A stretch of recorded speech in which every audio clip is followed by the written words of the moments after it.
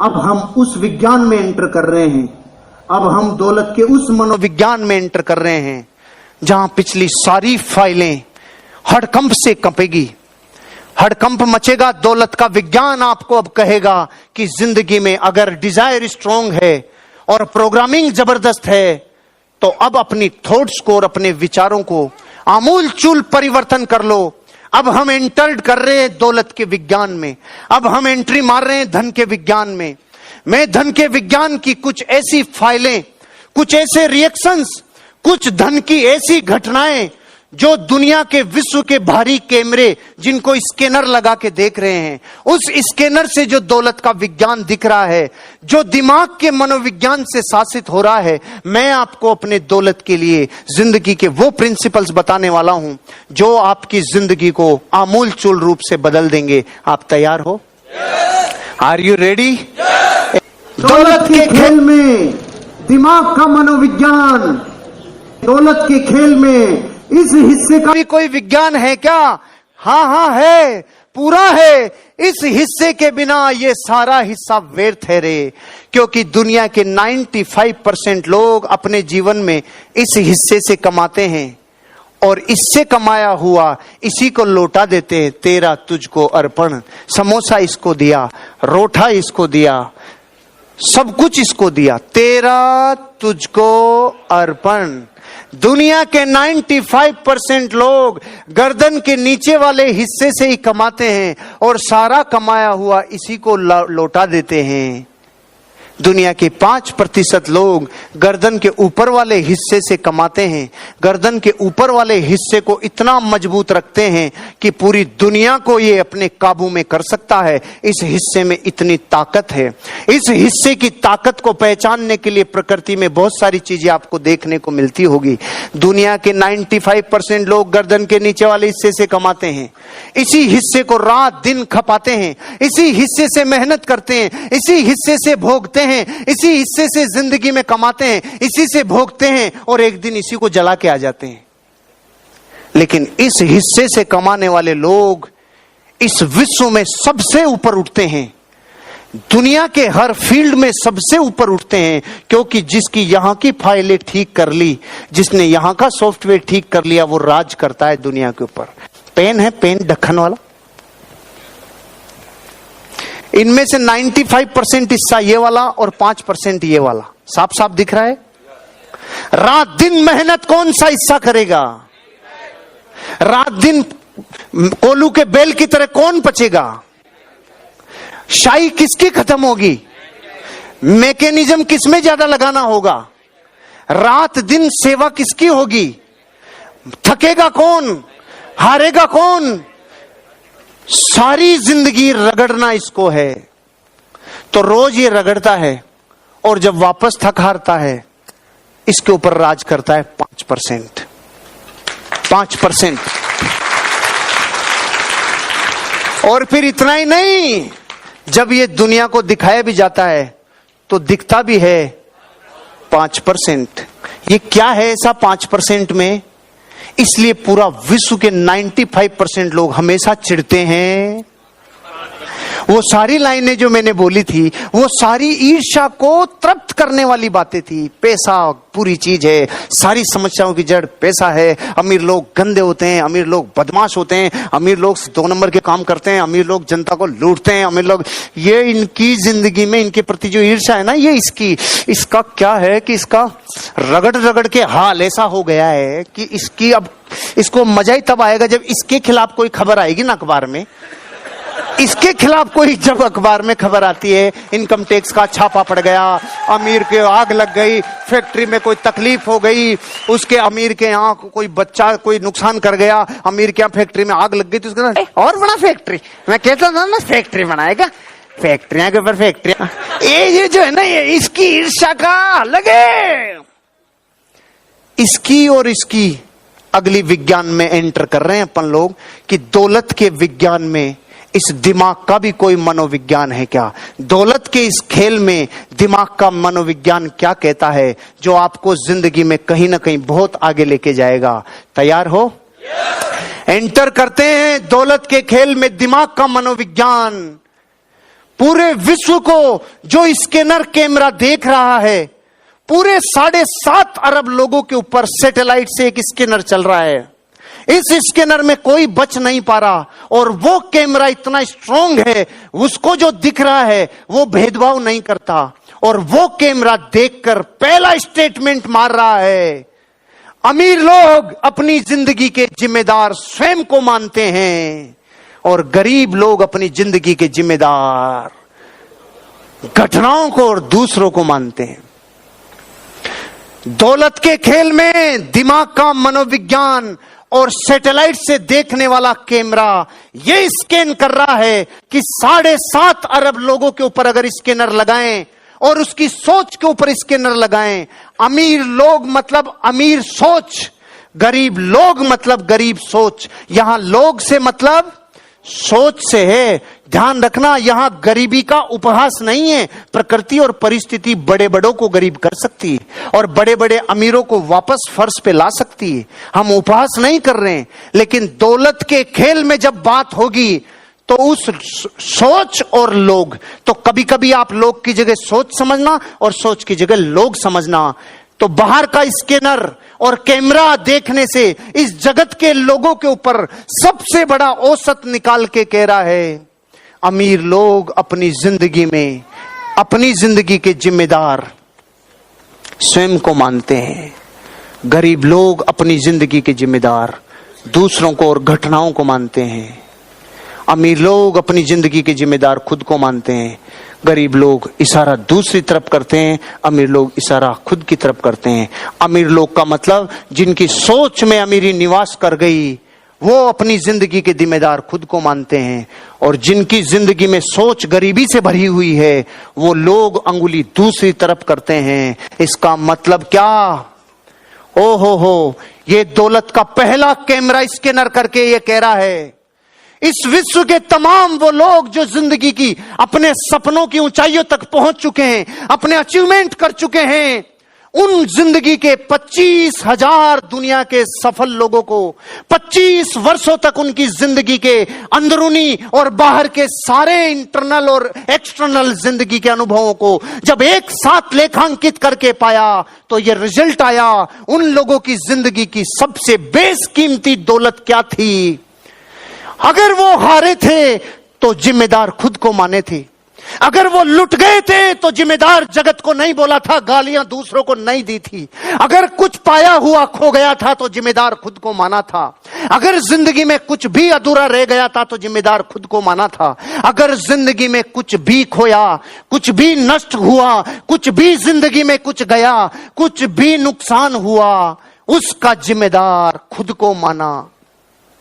और गरीब की इतनी सी भी हरकत में, उस गरीब मतलब गरीब सोच, उसकी जिंदगी में इतना सा भी कुछ बुरा हो गया तो जाके सर्वे कर लेना अपनी कॉलोनी में, अपने गांव में, अपने शहर में, उनको जाके पूछ लेना। वो कहेंगे ये सरकारों ने बर्बाद कर दिया, ये सिस्टम ने बर्बाद कर दिया, ये भ्रष्टाचार ने बर्बाद कर दिया, ये पलायनों ने बर्बाद कर दिया, ये कंपनियों ने बर्बाद कर दिया, ये डाउनलाइनों ने बर्बाद कर दिया, ये लोगों ने ये कर दिया, इसने ये कर दिया, उसने वो कर दिया।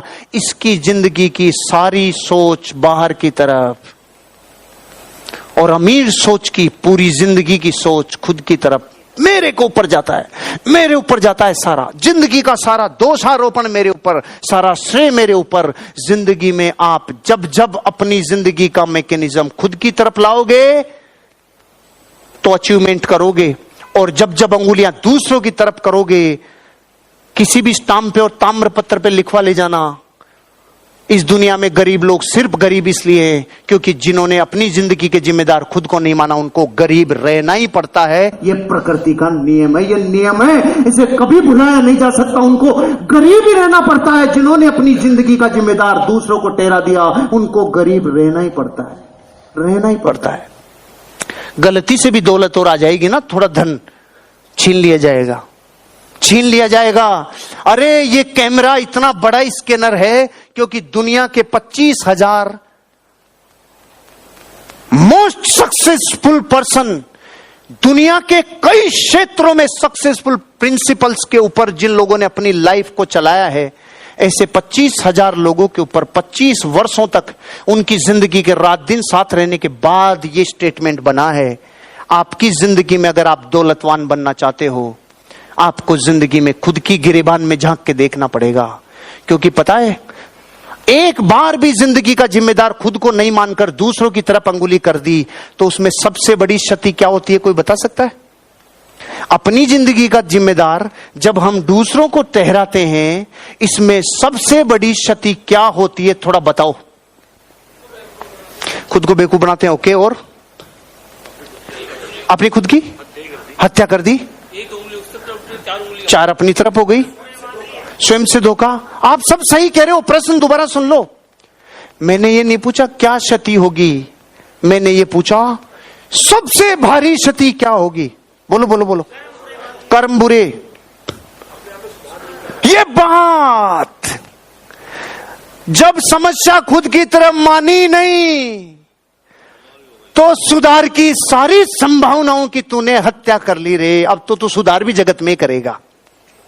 अब तू सरकारों को सुधार, जो 70 साल से सुधरती तो सुधर गई होती। हम सरकारों से गरीब और अमीर नहीं बनेंगे। सदियां गुजर गई, युगों को एक से एक युग गुजर गए, राजाओं के तंत्र से लेके लोकतंत्र से लेके बदलती रहेगी चीजें। जब भी अमीर थे अब भी अमीर है, प्रिंसिपल हमेशा एक रहेंगे। जो खुद की गिरेबान में झांक के देख लिया उसको अमीर बनने से कोई रोक नहीं सकता। जिसने जिम्मेदार दूसरों को ठहरा दिया उसको अमीर कोई बना नहीं सकता।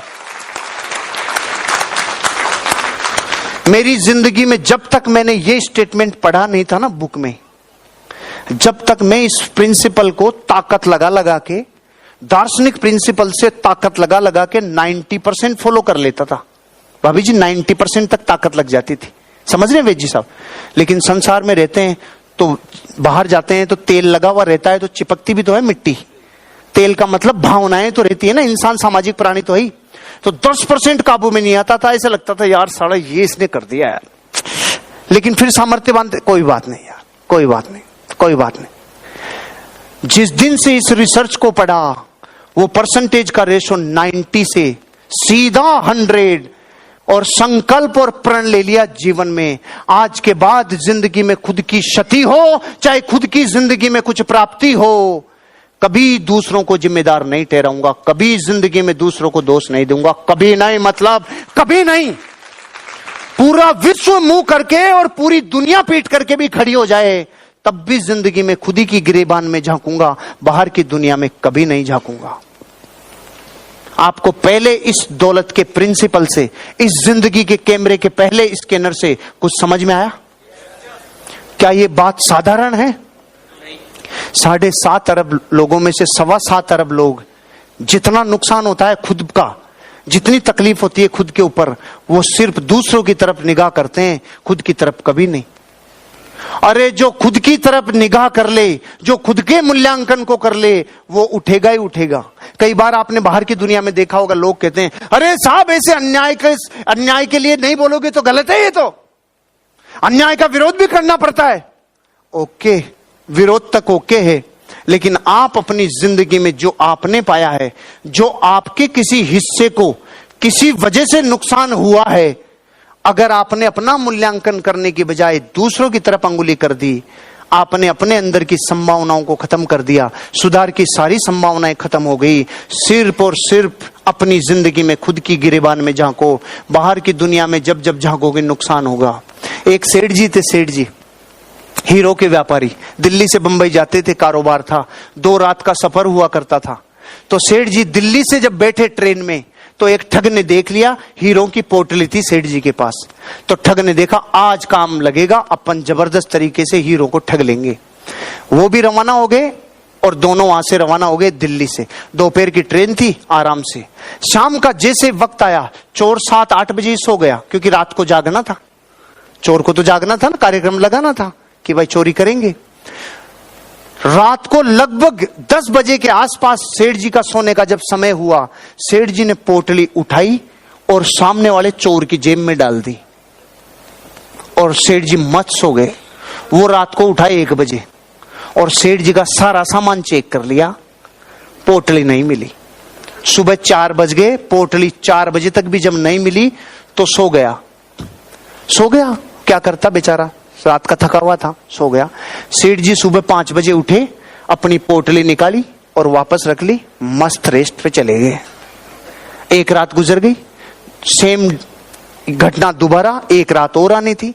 चोर वापस वही 7-8 बजे सो गया, सेठ जी वापस वही रात के 10 बजे पोटली निकाली, सामने वाले की सेफ अलमारी में डाल दी, सो गए। वो 1 बजे उठा, सब तरफ से चेक कर लिया, सुबह 5 बज गए, कोई पोटली नहीं मिली, थक के सो गया। सेठ जी ने सुबह 5 बजे वापस अपनी पोटली निकाली, अपनी जेब में डाली और 8 बजे मुंबई सेंट्रल पे दोनों की मीटिंग शुरू हुई। अब चोर ने बोला, बापू मैं चोरी छोड़ दूंगा, मेरा बाप भी छोड़ देगा, मेरा खानदान चोरी छोड़ देगा, मेरा मोहल्ला, मेरी पूरा नगर चोरी छोड़ देगा, तू सिर्फ ये बता दे दादा, तूने छिपाई किधर थी, तूने छिपाई किधर थी।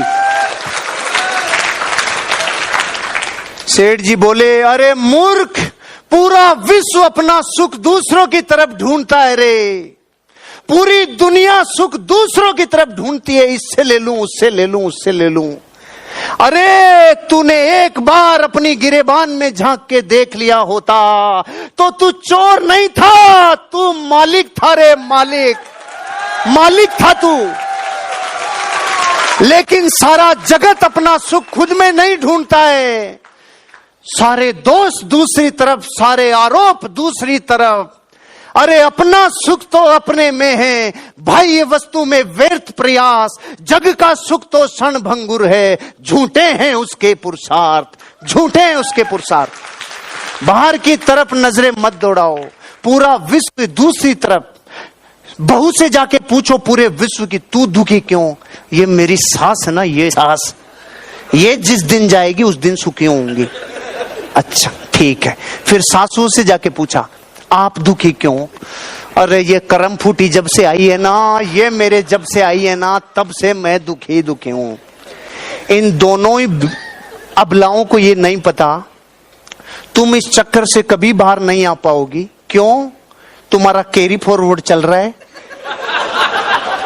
एक बार तू बहू वो सास, फिर अगली बार तू सास वो बहू, तू बहू वो सास, और इस चक्कर में तुम कभी नहीं जीत पाओगे। इस चक्कर से तुम उस दिन बाहर आ पाओगे। अरे रे मेरी सास मेरी बहू जैसी भी है रे, मैं गिरेबान में खुद के झांक के देखूंगी, उधर नहीं देखूंगी। उसी दिन सुखी, उसी दिन तनो वजन से मुक्ति, उसी दिन जिंदगी के करोड़ों दुखों से मुक्त। क्यों? जिस दिन नजरें खुद की तरफ लौटा ली, अब एनर्जी अमीर बनने पे लगेगी, सृजन पे लगेगी। नहीं तो भारत की करोड़ों औरतें तो बर्तन बजाने में ही जिंदगी बेकार हो गई, बर्तन में ही जिंदगी बेकार हो गई। ये पहला नियम आपको ये कहता है, जिंदगी में अमीर लोग माने अमीर सोच। अपनी सोच से इतने रिच बनो कि दिल इतना बड़ा हो जाए रे, इतना बड़ा दिल हो जाए, कुछ भी हो। और मन कर रहा है बोले जाऊं इस सब्जेक्ट पे, 17 रह गई, ये 17 इतना लंबा है, लेकिन फिर भी अब क्या होता है कि जिस दिन आप घाव सहते हैं, आप घाव सहे हो और 2005 का घाव है और उसको आप 18 तक सह रहे हो, तो बताने से तृप्ति मिलती है कि नहीं मिलती है? तो बताएं तो सही। मेरे को मेरे दोस्त ने जुलाई 2005 में ये बोला, हर्ष आजा स्कॉटलैंड चलेंगे। वहां क्या करेंगे? अपन क्या करेंगे, बेरी जो थी ना, बेरी जी अपने 95 वाली, इनको पैक करेंगे, अपन पैकिंग करेंगे इनकी, और अपने को सैलरी मिलेगी 1,40,000। तो मैं तो बहुत पॉजिटिव आदमी हूं, मैं तो 1.5 लाख रुपए सैलरी 2005 में। चल क्या लगेगा, 3,80,000 टोटल लगेगा, और पहले आप अपने को 1,80,000 देना, फिर अपना मेडिकल होगा, फिर एक दिन अपन फ्लाइट में जाएंगे और अपन फॉरेन रिटर्न कहलाएंगे। Okay no problem. दोस्त तू सही बोल रहा होगा, दोस्त पे विश्वास करना ही पड़ता है। 1,80 मैंने दे दिया। अब इसके 5-10 दिन बाद अपने तो क्या ऐसे खुलबुली भी तो मस्ती है ना, साला मैं तो साहब बन गया, हेलो मैं स्कॉटलैंड जा रहा हूँ, हेलो मैं स्कॉटलैंड जा रहा हूँ। मैं स्कॉटलैंड गांव मोहल्ले में कह दिया, तो ये खबर मेरे छोटे दादाजी को और उनके लड़के को पड़ी। तो उनका लड़का है तो मेरा चाचा, लेकिन हम उम्र सा ही है। तो वो बोला मैं भी जाऊंगा। मैंने कहा नहीं नहीं, अपने तो डूबेंगे, अपने तो डूबेंगे भैया, तुम्हारी जिम्मेदारी नहीं ले सकता। तो फिर वो कहा मेरे भी डूब जाएंगे। मैंने कहा नहीं नहीं। और मैंने कहा भैया मेरे डूबेंगे यार, मैं तो मेरे दोस्त को बोल रहा हूं, उसका क्या पता क्या नहीं हो बेचारे का, मैं मेरा 1.80 ब्याज पे लेके आऊं, डूब गए तो मेरे भी डूब जाएंगे, मेरे भी डूब जाएंगे। फिर मैं नहीं माना तो वो अपने पिताजी को लेके आया, मतलब मेरे छोटे दादाजी को, वो भी आके बोले बेटा कोई बात नहीं। मैंने कहा दादाजी डूबेंगे मेरे। अरे हमारे भी डूब जाएंगे यार, क्या टेंशन है, डूब जाएंगे, तेरे डूबेंगे तो। मैंने कहा देख लो फिर कि हाँ देख लो। हाँ 15 अक्टूबर को हमारी फ्लाइट थी, जुलाई में बोला था 15 अक्टूबर की फ्लाइट थी, और 15 अक्टूबर को खबर आ गई कि तुम्हारी फ्लाइट छूट गई। मतलब पार्टी लेके निकल गई। अभी लेके निकल गई, ये खबर पड़ी श्रवण जी 12 बजे, और 2:30 बजे मेरे दादाजी और चाचा जी दोनों आ गए।